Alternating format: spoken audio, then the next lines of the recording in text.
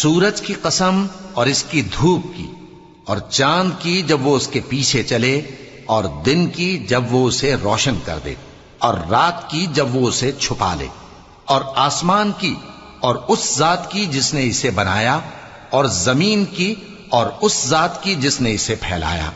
اور نفس انسانی کی اور اس کی جس نے اسے درست کر کے بنایا۔